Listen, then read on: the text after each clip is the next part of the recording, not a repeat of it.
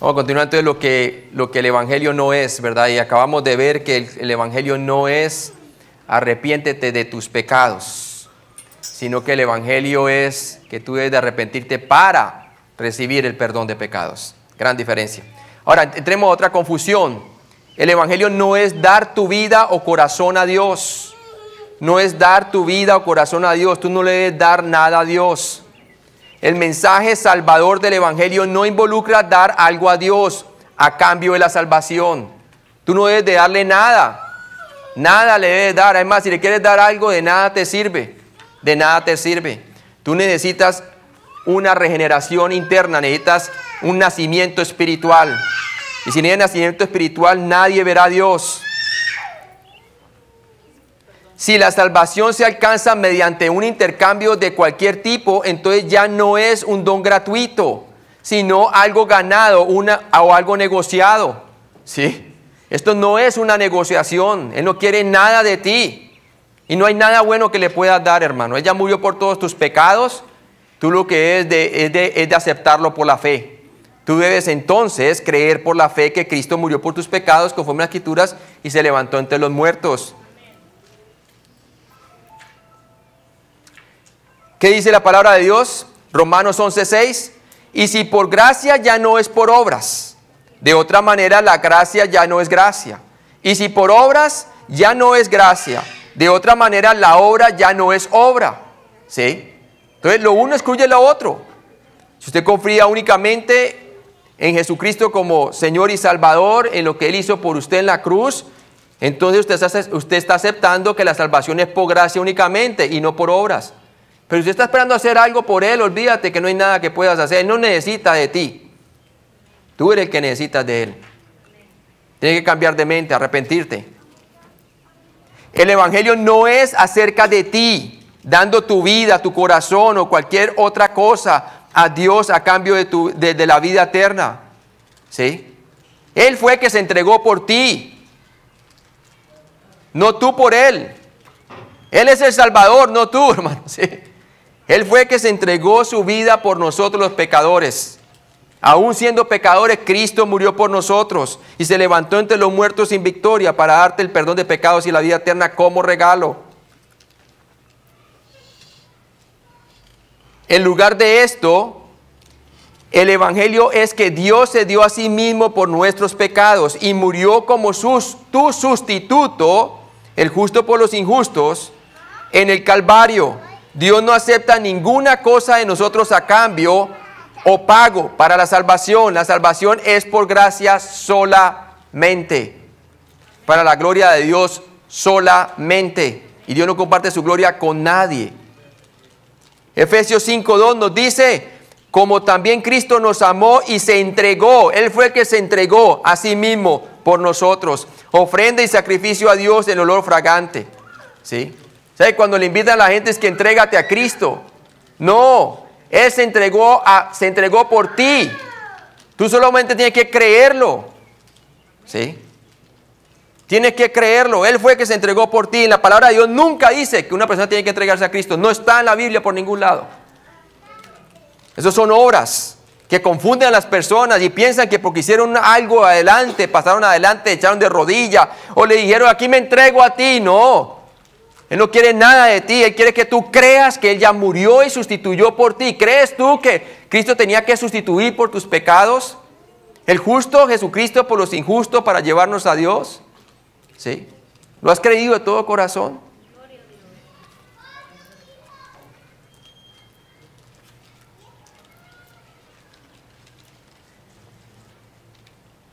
Dice allí también en Gálatas 2:20, ve.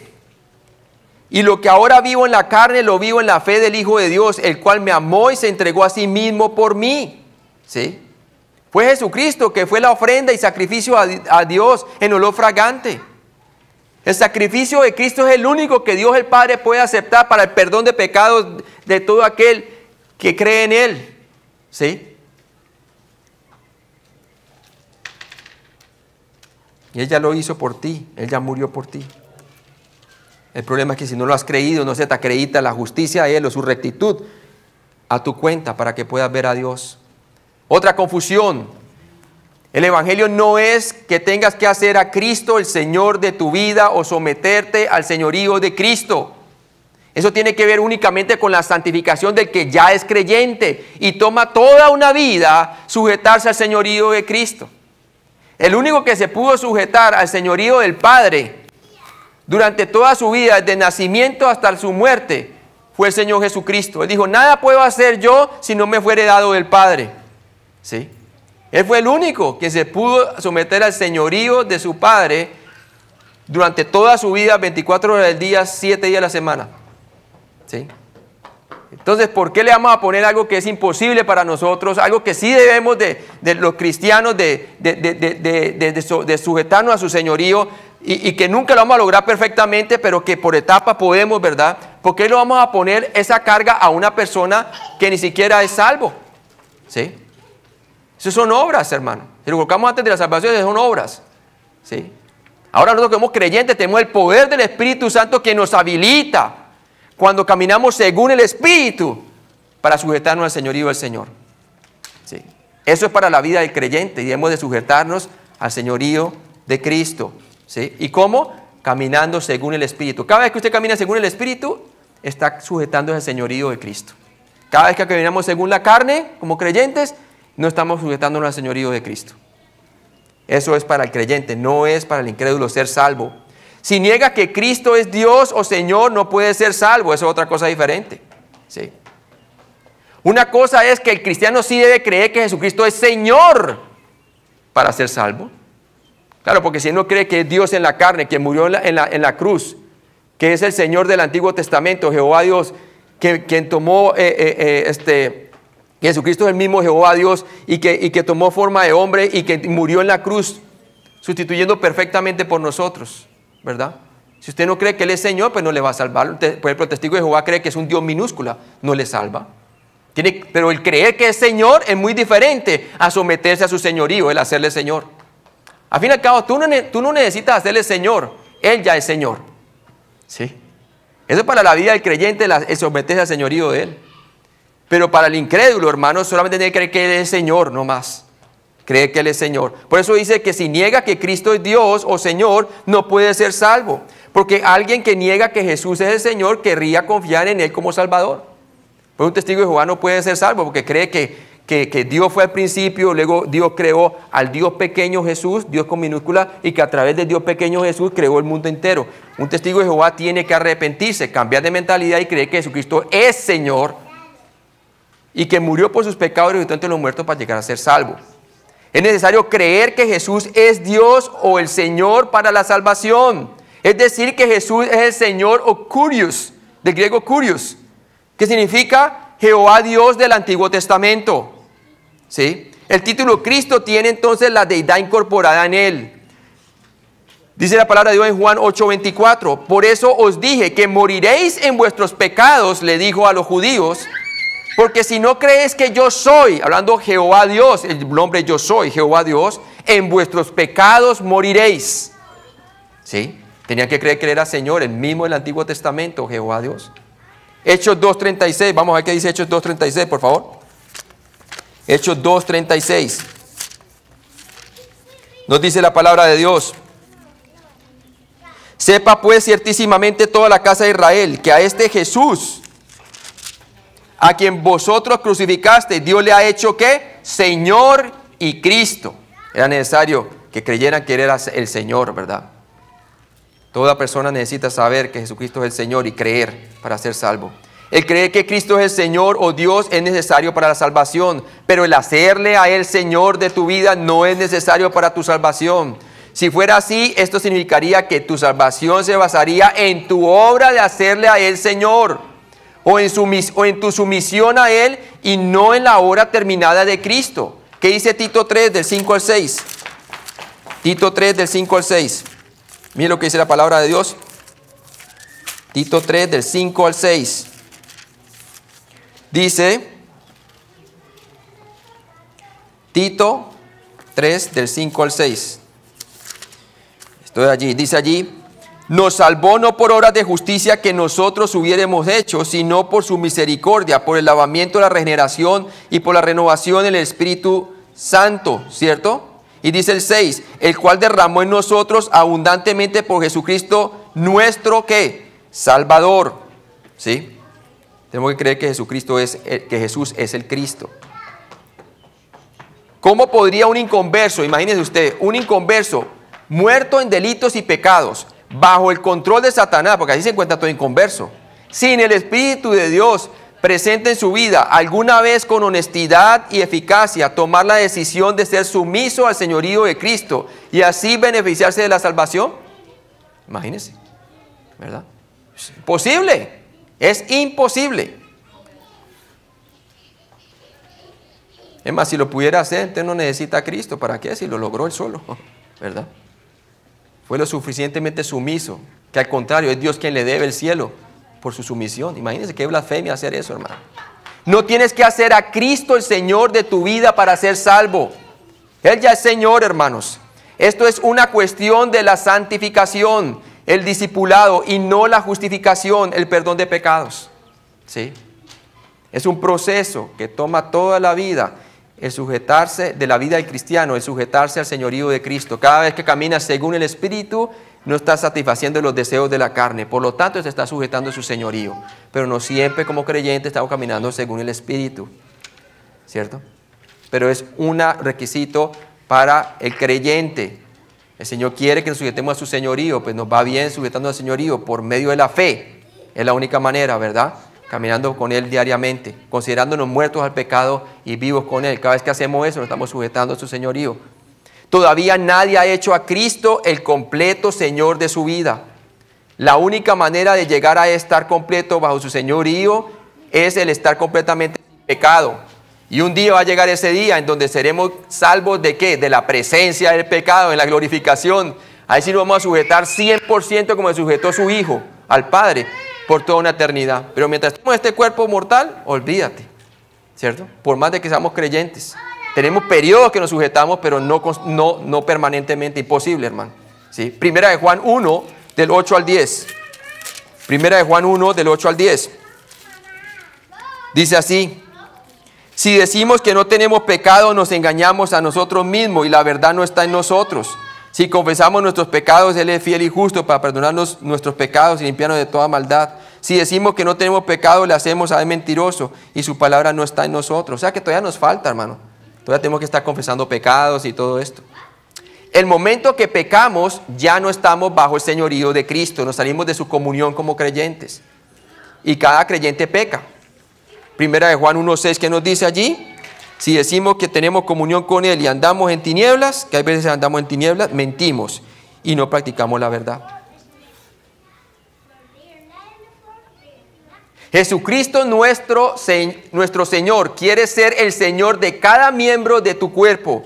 Esto es un proceso que Él inició desde el momento de tu salvación y lo sigue perfeccionando por el resto de tu vida. Pero eso pertenece a la santificación práctica del creyente.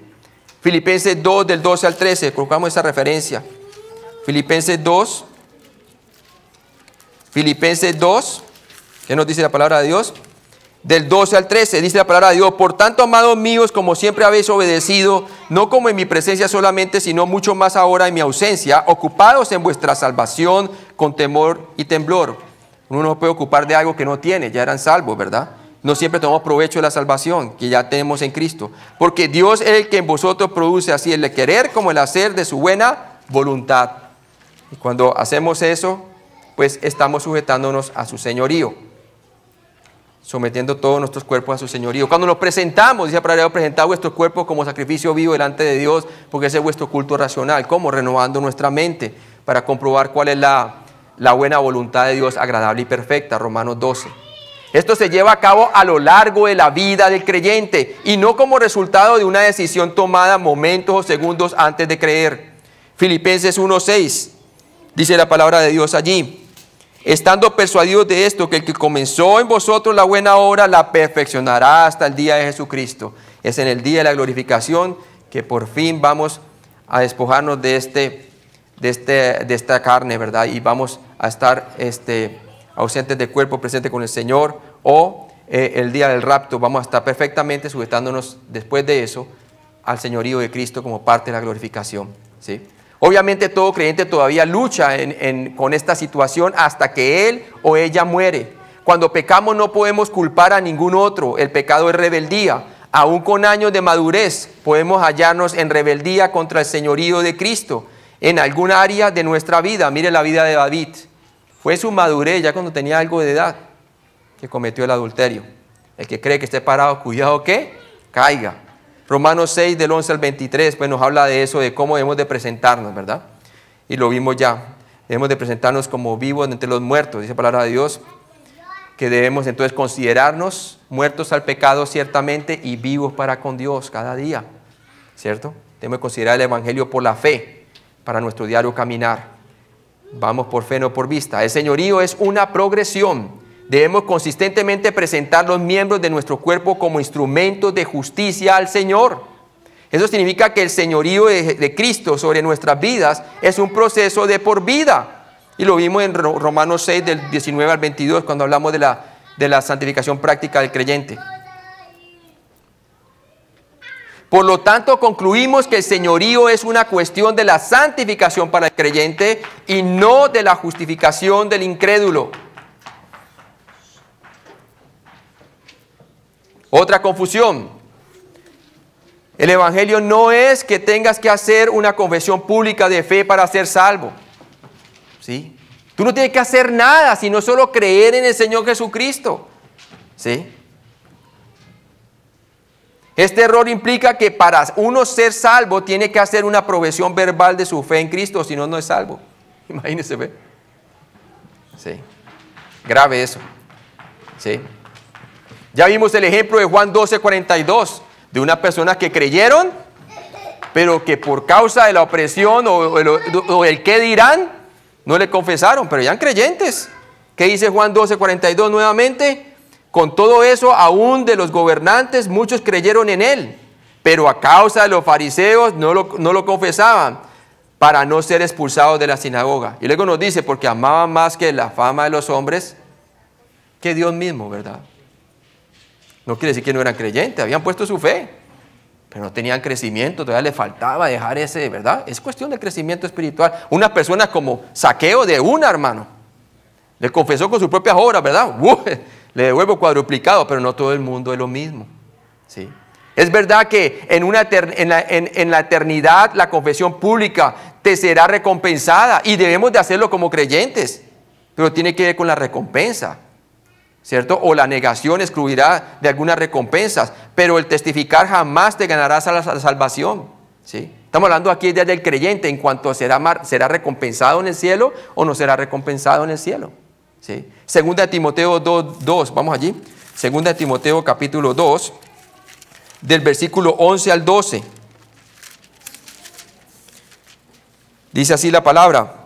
Palabra fiel es esta: si somos muertos con él, también ¿qué? Viviremos con él. Si sufrimos, también reinaremos con él. ¿Sí? Dice que los que quieran vivir piadosamente sufrirán persecución. O sea, si nosotros queremos vivir piadosamente para el Señor, predicar la verdad, ¿cierto? Vamos a sufrir, pero nuestro sufrimiento va a ser recompensado. Porque dice, si sufrimos, versículo 12, también reinaremos con él. Si le negaremos, por lo opuesto, él también nos negará. ¿Qué nos negará? Recompensa. ¿Sí? Está el tribunal de Cristo, en donde cada uno dará cuenta de sí de lo que hizo mientras estuvo en el cuerpo. No es para juzgar a la persona creyente para el infierno. No, ya el juicio nosotros ya pasó. No hay condenación para lo que está en Cristo. Sino es simplemente para ver qué fue lo que se hizo durante usted tuvo como su vida de creyente. Todo lo que usted hizo en Cristo será recompensado. Y todo lo que va a hacer de Cristo sufrirá pérdida. Entonces claramente tiene que ver es con las recompensas o pérdida de recompensas. La salvación fue ganada solamente por Cristo y nunca puede ser anulada. Segunda de Timoteo 2:13, ¿qué dice allí? Porque mire lo que dice también en segunda de Timoteo, versículo 2, versículo 13. Dice, si fuéramos infieles, ¿qué dice la palabra de Dios? Él permanece fiel, Él no puede negarse a sí mismo, aun si no le confiesas después de ser salvo. Pierde recompensa, sí, pero ¿sabes una cosa? Él permanece fiel. Es más, es su fidelidad la que nos lleva a veces y su benignidad la que nos lleva al arrepentimiento cuando estamos caminando mal con el Señor, aún como creyentes. Romanos 10, de 9 al 10, no enseña que uno debe proclamar a Cristo públicamente para ser salvo. Vamos allí, que ese se utiliza mucho, hermano, ¿verdad? Y personalmente yo lo llegué a utilizar también y estaba errado, ¿sí? Y aquí estamos para corregir ese error y enseñarle a otros por qué estaba errado. Romanos 10, de 9 al 10, no enseña que uno debe proclamar a Cristo públicamente para ser salvo. Leámoslo. Dice allí, Romanos 10, de versículo 9 al 10, que si confesares con tu boca que Jesús es el Señor y creyeres en tu corazón que Dios le levantó de los muertos, serás salvo. Porque con el corazón se cree para justicia, pero con la boca se confiesa para salvación. ¿Sí? Muchos de nosotros tiramos solamente el 9. Que si confesares con tu boca que Jesús es el Señor y creyeres en tu corazón que Dios le levantó de los muertos, serás salvo. Y luego saltamos por allá al otro versículo y decimos, porque todo aquel que invocar el nombre del Señor será salvo. Versículo 13. Pero se nos olvida leer el contexto. Primero que todo, hermano, el énfasis en estos versículos es la nación de Israel. ¿Sí? Mire el versículo 1, capítulo 10, versículo 1. Hermanos, ciertamente el anhelo de mi corazón y mi oración a Dios es por Israel que es para salvación.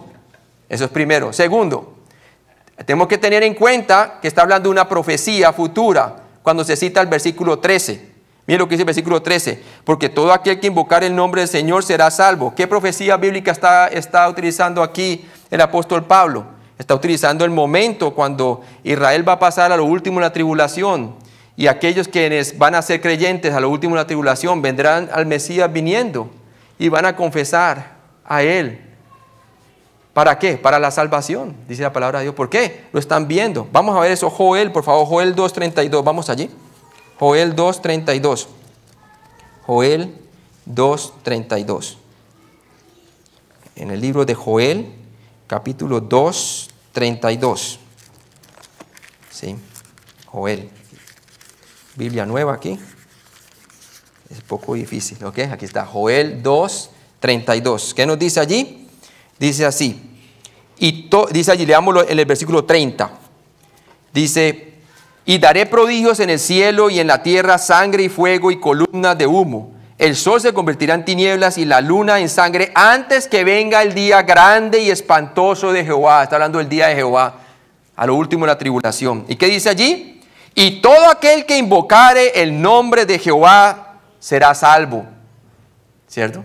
Y ella dice que todo el que invocar el nombre del Señor será salvo. O sea que Israel va a creer lo último, que Jesús es Jehová, ¿sí? Del Antiguo Testamento. Lo proclamarán como Señor. Y para que un judío proclame que Jesús es Señor es porque verdaderamente fue salvo, ¿verdad? Ahora, observe el versículo 10 y el 14, que nos da el contexto. Dice, porque con el corazón se cree, Romanos 10:10, porque con el corazón se cree para justicia, pero con la boca se confiesa para salvación. ¿Qué está haciendo Pablo? Está trayendo una profecía del Antiguo Testamento para mostrar el futuro de Israel, que Dios no ha desechado a Israel, como pensaban algunos gentiles romanos que eran creyentes. ¿Sí? ¿Y qué está haciendo él? Le está diciendo que cómo viene el orden de la salvación una vez da la profecía. Dice la palabra de Dios, porque con el corazón se cree para justicia, pero con la boca se confiesa para salvación. ¿Qué está diciendo? Que primero viene ¿la confesión o el creer? El creer viene primero, claro. Ahora, mire también lo que dice ¿por qué? Porque mire lo que dice 11. Pues la Escritura dice, todo aquel que en él creyere no será avergonzado. Mire que el énfasis de él nuevamente es el creer. Está utilizando una profecía bíblica para mostrar el futuro de Israel y que Dios no ha olvidado al pueblo de Israel. Es más, ponemos a la gente a orar y hay una gran diferencia entre una oración y una confesión. Esto es una confesión, esto no es una oración. Una confesión es decir lo mismo que están creyendo ellos. ¿Y qué es? Que Jesús es Jehová Dios. ¿Sí? Y obviamente para que un judío diga eso, porque verdaderamente ha creído de todo corazón primero, antes de invocarlo, ¿verdad? Ahora, mire también que el énfasis está en la fe nuevamente, en el versículo 17. ¿Qué dice allí? Así que la fe viene por el oír y el oír por la palabra de Dios. Pero mire cómo respondió Israel. Mire el versículo 21. Romanos 10:21. Pero acerca de Israel dice, todo día extendí mis manos. A Israel, ¿quién? Dios, Jesucristo. A un pueblo rebelde y ¿qué? Y contradictor. ¿Por qué? A lo suyo vino y los suyos no le recibieron. Pero Dios no ha terminado con Israel. Y luego dice en el capítulo 11:1, digo pues, ¿ha desechado Dios al pueblo? En ninguna manera, porque citó esa profecía, hermano, del Antiguo Testamento de Joel, diciendo que va a haber un día en donde todos invocarán el nombre del Señor y serán salvos. ¿Por qué? Porque han creído. Es más, 144,000 van a ser salvos durante la tribulación y lo van a ver en las nubes y lo van a confesar como Señor. Amén. Y así otros judíos y también otros gentiles van a creer. Por lo tanto, usted no tiene que confesar al Señor con su boca para ser salvo. También vimos unos que no confesaron, pero ya eran creyentes, como lo vimos ya. Sí enseña que cuando un israelita invoca el nombre de Cristo es porque él o ella ya ha creído en Jesucristo. Romanos 10, 14, 15, como lo vimos. ¿Cómo pues invocarán? Mires allí, ¿cómo pues invocarán a aquel en el cual no han creído? ¿Qué viene primero? Primero viene el creer para poder invocar. ¿Y cómo creerán en aquel del cual no han oído? Pues que primero tienen que escuchar el Evangelio. ¿Y cómo irán sin haber quien les predique? Tiene que haber alguien que les predique. ¿Y sabe qué es lo que va a pasar en ese día? Van a haber dos testigos que van a predicar acerca de Cristo. Lo vimos en la transfiguración, que van a venir en el futuro, que son Elías y Moisés. La gente de Israel no pronuncia a Jesucristo como el Señor del Antiguo Testamento, sin primero creer en Él. Mire lo que dice 1 Corintios 12:3, o sea que la confesión es un resultado de haber creído y no viceversa. Vamos allí en 1 Corintios 12:3. ¿Qué nos dice la palabra de Dios? Dice, por tanto os hago saber que nadie hable por el Espíritu Santo que hable por el Espíritu Santo de Dios, llama a Jesús, llama anatema a Jesús, ¿verdad? Está hablando, exhortando a la iglesia de Corinto. Y nadie puede llamar, mira ahí está el versículo que necesitamos, la segunda parte. Y nadie puede llamar a Jesús Señor, sino ¿por qué? Por el Espíritu Santo. O sea que la persona primero tiene que creer, recibe el Espíritu Santo y luego confiesa. Y no viceversa. Sí. Confusión. Pasa al frente y ora la oración del pecador. Pues obviamente es falso. ¿Sí? No hay nada que tú tengas que hacer, ni orar oraciones, ni nada de eso. El Evangelio no es orar una oración o caminar un pasillo. No existe ninguna instancia en la Biblia donde alguien está obligado a orar para recibir la salvación. Si el orar fuese un requisito para la salvación, el Señor lo hubiera dejado bien en claro. Ahí le pregunta a la persona, ¿eres tú un creyente? Él dice, sí. Y cuéntame cómo fuiste salvo. No, pues yo hice la oración del pecador. Y le digo, bueno, y si tú mueres, ¿sabes para dónde vas? Y dice, pues yo pienso que para el cielo. Y bueno, y si Dios te dice, ¿por qué dejarte entrar al reino? ¿Tú qué le dices? Bueno, aquí yo hice la oración. ¿En dónde puso su fe? En la oración. ¿Está salvo? No. Porque no está seguro. Sí, el error que le estamos diciendo. Hermano, estamos jugando con las almas de las personas. Con las almas de las personas. El Evangelio no es orar una oración o caminar un pasillo. No existe ninguna instancia en la Biblia que Dios diga eso, hermano. Si el orar fuese un requisito para salvación, el Señor hubiera dejado bien en claro en la Biblia. Pablo no le dijo a ese hombre, ven, vamos a hacer una oración, ¿no? Dijo, cree en el Señor Jesucristo, le dijo al carcelero, y serás salvo. Y sacándolo les dijo, señores, ¿qué debo hacer para ser salvo? Nuevamente, ellos dijeron, cree en el Señor Jesucristo y serás salvo tú y tu casa. Ya estaban ahí en la casa del carcelero. Hechos 16, 30b al 31. Y por favor no utilicen eso como una promesa. Resumiendo lo que no es el Evangelio. El Evangelio no es un mensaje subjetivo, no es lo que tú sientas. Y yo sentí una cosa caliente. O mucha gente tiene un accidente y milagrosamente, verdaderamente el Señor lo salvó, ¿verdad? Del accidente. Pero eso no significa que fue salvo espiritualmente. Y algunos me dan testimonio así, no, es que el Señor me salvó porque mire que, y ese accidente, y desde ahí yo comencé a ir a la iglesia y todo eso. Y le digo, bueno, pero si tú mueres hoy, ¿para dónde vas? Bueno, espero que para el cielo. Espero, dice. Sí. Entonces, hermano, no es algo subjetivo. Otros dicen, no, que yo sentí una cosa caliente cuando pasé adelante y el pastor puso las manos sobre mí. No es algo subjetivo. No es lo que está pasando en tu pequeño corazón. Es lo que pasó en la cruz del Calvario, que Cristo murió por tus pecados y resucitó entre los muertos conforme a la Escritura. ¿Lo crees? ¿Sí? El Evangelio no es un mensaje subjetivo. El Evangelio no es lo que sucede en nuestros pequeños corazoncitos, hermano. El Evangelio no es una experiencia que tuvimos. Es un mensaje objetivo, que Cristo murió por nuestros pecados y resucitó entre los muertos. 1 Corintios 3 y 4. El Evangelio no es una fórmula. No es repite esta oración, hermano. El Evangelio no es diga estas palabras. El Evangelio no es repetir una frase. El Evangelio no es lo que yo digo ni lo que alguien me ponga a decir.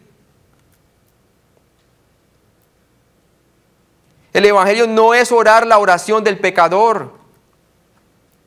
El Evangelio no es una emoción. El Evangelio no es una exhibición de remordimiento. Esa la tuvo Judas y se suicidó. Si se hubiera arrepentido, obviamente hubiera sido salvo, pero no, él fue remordimiento. El remordimiento no salva, hermano. En la fe sí, en Jesucristo. El Evangelio no es una demostración de lágrimas, gozo o dolor. Yo he visto muchas personas que esto es convicción. ¿Sí? A veces la convicción del Espíritu Santo se siente súper mal, ¿verdad? Pero si no pone su fe en Cristo, ¿de qué sirve? ¿Verdad? Ahora, si la tristeza de Dios lo puede llevar al arrepentimiento, pues qué bueno. ¿Sí? Yo me sentía súper mal, sí, pero mi sentimiento nada tenía que ver hasta que pusiera mi fe en Cristo. ¿Sí? El Evangelio no es algo estático o una experiencia mística, como lo está haciendo el carismatismo hoy en día. El Evangelio no es el hablar en lenguas. Las lenguas ya cesaron, hermano, y además eran idiomas. El Evangelio no es caer en el Espíritu. Sí. Es más, lo que cayeron fue cuando vinieron ¿cómo es que llama? A recoger a Jesús. ¿Se acuerdan los soldados? ¿Dónde está Jesús Nazareno? Dice, yo soy. ¡Pum! Cayeron. Es más bien como una señal de juicio, hermano. ¿Sí? El Evangelio no es caer en el Espíritu. El Evangelio no es un mensaje místico. No es misticismo. El Evangelio no es una clase de encantamiento mágico. El Evangelio no es una promesa o compromiso por hacer. ¿Sí? No es un compromiso. ¿Cuántos pastores que dicen, estás dispuesto a hacer un compromiso con Dios? Mira, cuando usted hace un compromiso, hay obras de por medio. Y sin las obras de la ley, nadie verá a Dios, dice la palabra de Dios. ¿Sí? Es la fe en Jesucristo únicamente, no hay que hacer un compromiso de nada. Un compromiso es que yo me comprometo a hacer algo, ¿no es así? Aquí no está hablando de compromisos, hermano. Los compromisos no están en la Biblia. Por ningún lado dice que hay que hacer un compromiso con el Señor Jesucristo. ¿Sí? Sí dice que tienes que creer en Él. El Evangelio no es algo que hacemos por Dios, hermanos. El Evangelio no es una oferta que Dios hace a nosotros. No es haremos un trato. Esto no es un trato. Aquí yo le prometí a mi Diosito después de que me salvó de ese accidente que yo siempre voy a ir a la iglesia. Sigue perdido, hermano. Si me haces Señor, entonces te salvo. No es eso, hermano. Usted no condiciones. Si me haces Señor, entonces te salvo. No. Jamás le podrás hacer Señor. Él ya es Señor. Tienes que creer que Él es Señor y creer lo que Él hizo por ti y ya serás salvo. Si me das tu vida, tu corazón, tu todo, entonces te salvaré. Mentiras. ¿Sí? Él fue el que se dio por ti. Eso no está en la Biblia. Él fue el que se dio por ti. El Evangelio no es algo que tengo que pedir o mendigar. No hay nada que mendigar, hermano. ¿Sí? El Evangelio no es pedir a Jesús entrar en tu vida o corazón. Ya lo vimos, no es. El Evangelio no es mendigar por el perdón o confesión. Es para recibir el perdón de pecados. Ya una obra que Jesús hizo, completa, ya te amó y ya se dio a sí mismo por nosotros. El Evangelio no es la habilidad de creer. Lo que te salva no es el creer en Jesucristo, el objeto que Cristo murió y resucitó de entre los muertos por tus pecados. El Evangelio no es confiar en nuestra fe, no es tener fe en fe. El Evangelio no es tu habilidad de ser sincero. ¿Sí? Tú puedes estar sinceramente engañado. El Evangelio no es tu habilidad de quitar toda duda. El evangelio es el mensaje objetivo, escúcheme bien, de Cristo murió por mis pecados y resucitó de nuevo de entre los muertos. Mi pregunta, ¿crees en Cristo, en lo que Él hizo por ti exclusivamente? Si es así, eres salvo. Si no, no verás la vida, sino que la ira de Dios estará sobre ti. Eso es lo que dice la palabra de Dios, hermano. ¿Sí? Eso es lo que dice la palabra de Dios. Creo que hasta aquí llegó, ¿verdad? ¿Qué sigue después, hermano? Eso. Vamos a seguir un poquito más. Ten cuidado si estás predicando otro evangelio. Gálatas 1, del 6 al 10. Eso es lo que le pasa pasando a los gálatas insensatos, ¿verdad? Habían empezado por la gracia y ahorita terminaron por la ley. Gálatas 1, del 6 al 10 dice: estoy maravillado de que tan pronto os hayáis alejado del que os llamó por la gracia de Cristo para seguir un evangelio diferente. No que haya otros, sino que hay algunos que os perturban y quieren pervertir el evangelio de Cristo. Mas si aún nosotros o un ángel del cielo os anunciare otro evangelio diferente del que os hemos anunciado, sea anatema. Como antes hemos dicho, también ahora les repito, si alguno os predica diferente evangelio del que habéis recibido, sea que anatema. Pues, ¿esto es por qué predica un evangelio diferente, hermano?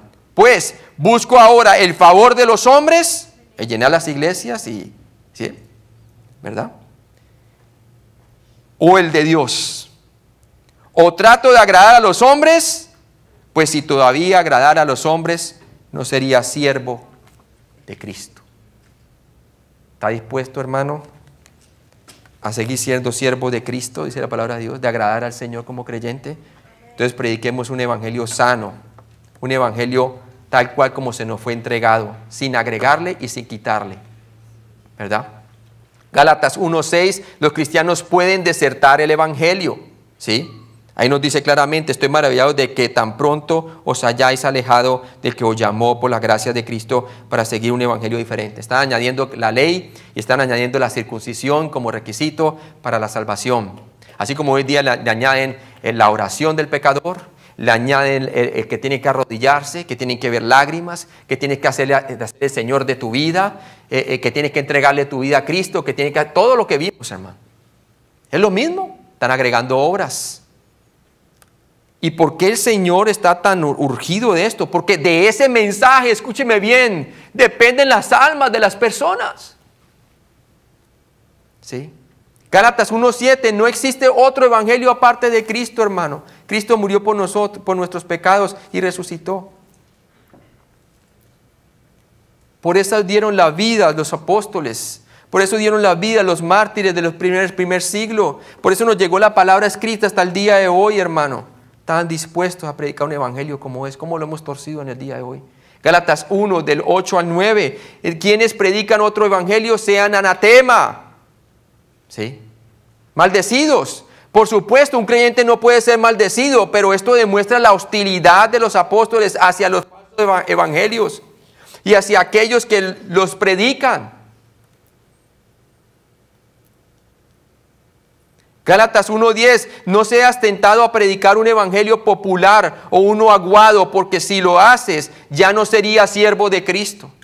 Si lo estás haciendo que porque la denominación te requiere, que cuántas almas fueron ganadas, no lo hagas, que estás jugando con las almas. No lo hagas por el dinero. No lo hagas por llenar tu iglesia.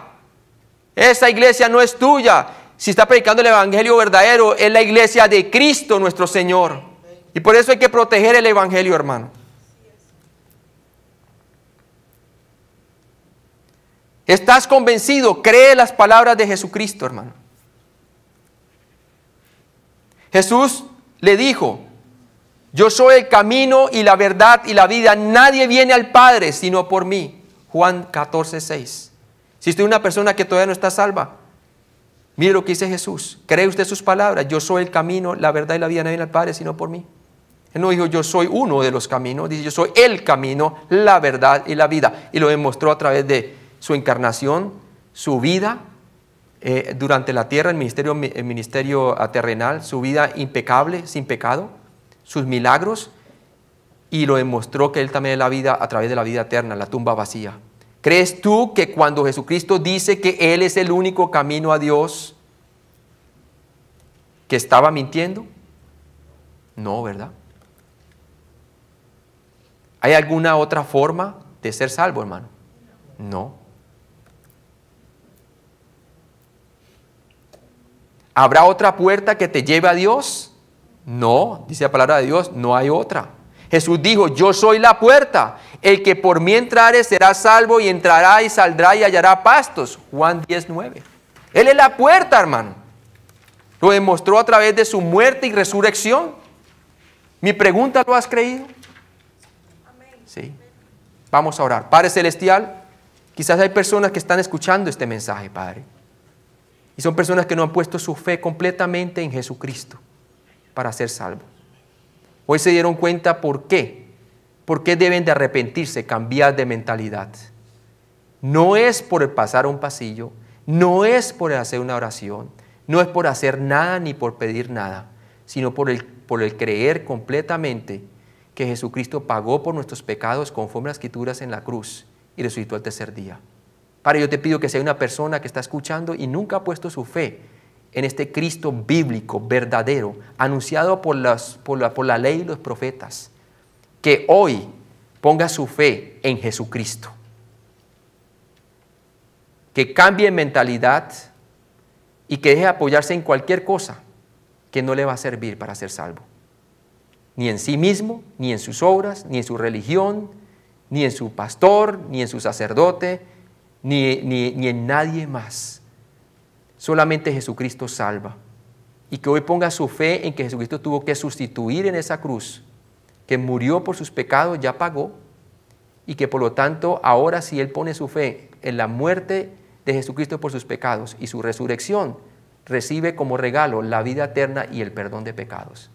Te pido, Padre, que tu Espíritu traiga convicción de pecado, de justicia y de juicio. En Cristo Jesús te lo pedimos. Amén.